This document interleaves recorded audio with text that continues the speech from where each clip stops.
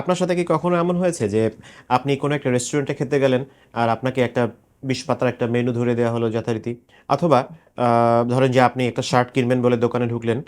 কিন্তু সামনে চলে এলো হাজার, হাজার ডিজাইন। কি করবেন? কোন মেনুটা নিবেন? কোন খাবারটা নিবেন? কোন শার্টটা নিবেন? আপনি এখন আর বুঝতে পারছেন না। আসলে আমরা ভাবি যত বেশি পছন্দ বা অপশন তত ভালো, তাই না? কিন্তু মনোবিজ্ঞান বলছে যে ঘটনাটি ঠিক উল্টো। একেই বলে দ্য প্যারাডক্স অফ চয়েস, অর্থাৎ পছন্দের বৈপরীত্য। গবেষণায় দেখা গেছে যে আমাদের সামনে যখন খুব বেশি অপশন থাকে না, তখন আমরা আসলে ৩ টি সমস্যায় পড়ি। ১ম সমস্যা হচ্ছে যে সিদ্ধান্ত নিতে না পারা বা পক্ষাঘাতগ্রস্ত হয়ে যাওয়া। একে বলে অ্যানালাইসিস প্যারালাইসিস। সিদ্ধান্ত নিতে গিয়ে প্যারালাইসিস হয়ে যাওয়া। অ্যানালাইসিস করতে, করতে প্যারালাইসিস বা অবশ হয়ে যাওয়া। এই রেস্টুরেন্টের মেনুর উদাহরণটাই ধরেন।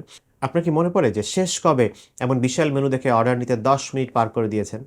যখন চাইনিজ, ইটালিয়ান, থাই, ইন্ডিয়ান সবকিছু একসাথে থাকে, তখন আমরা কোনটা ছেড়ে কোনটা নিবো এটা ঠিক করতেই পারি না। মাথা জ্যাম হয়ে যায়। ভাবি ধুর যা আছে কপালে একটা কিছু অর্ডার করে দেই।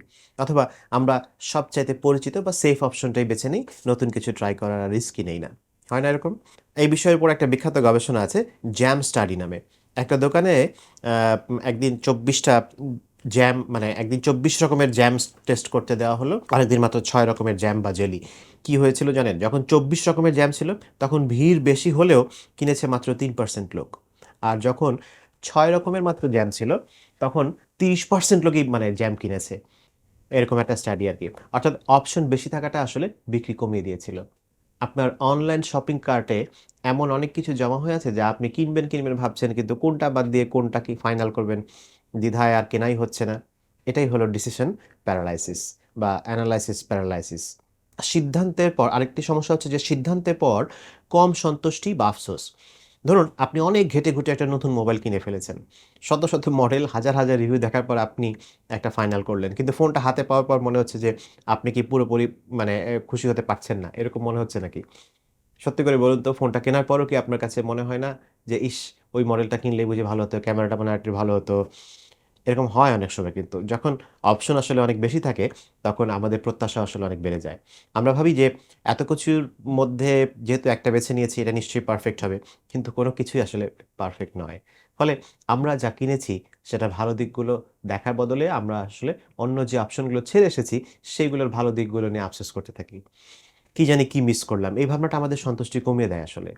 মানসিক ক্লান্তি বা ডিসিশন ফ্যাটিগ এটা আসলে আরেকটা সমস্যা। প্রতিদিন সকালে ঘুম থেকে উঠে ঠিক করা, কি নাস্তা খাবেন, অফিসে কি পড়ে যাবেন, কোন রাস্তা দিয়ে যাবেন। এই ছোট, ছোট সিদ্ধান্তগুলো নিতে, নিতেই আমাদের মানসিক শক্তি খরচ হয়ে যায়। এখন ভাবেন তো এর সাথে যদি যোগ হয় যে Netflix বা হইচইয়ের মতো প্ল্যাটফর্ম মনে করেন।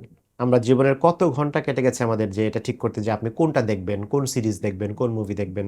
আর ০.৫ ঘন্টা ধরে স্ক্রল করার পরে ক্লান্ত হয়ে আপনি টিভিটাই বন্ধ করে দিয়েছেন।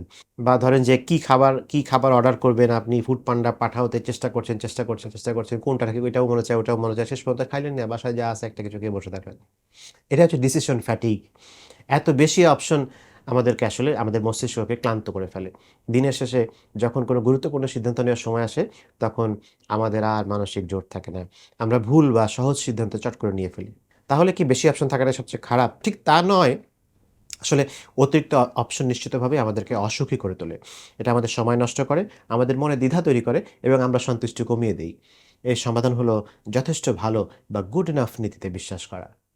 পারফেক্ট জিনিস খোঁজা বাদ দিয়ে যেটা আপনার কাজ চালিয়ে দেবে বা আপনার প্রয়োজন মিটিয়ে দেবে সেটা বেছে নিন।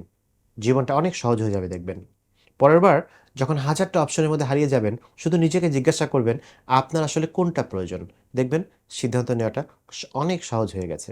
তাই সিদ্ধান্তহীনতার দোলাচলে না ভুগে সঠিক সিদ্ধান্ত সঠিক সময়ে নিন এবং এই নীতিটি অনুসরণ করুন যে গুড এনাফ আমার জন্য কোনটা বেশি দরকারি বা কোনটায় আমার কাজ চলে যাবে। ভালো থাকবেন। সবার জন্য অনেক, অনেক শুভকামনা। আসসালামু আলাইকুম।